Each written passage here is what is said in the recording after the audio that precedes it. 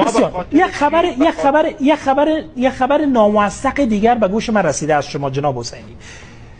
گفته میشه که در جلسه در دوشنبه در تاجیکستان میان شما و احمد مسعود و اطرافیان احمد مسعود و اطرافیان شما، آقای احمد مسعود با نوع، با تاکتیک و با سبک مبارزه شما مخالفت کرده و ابراز کرده که با این نوع مبارزه حکم شرعی نداره و من علاقه ندارم که در این نوع مبارزه شرکت کنم و این موضوع باعث شده که فاصله میان شما و احمد مسعود ایجاد شود. این خبر چقدر موثق است آقای حسینی؟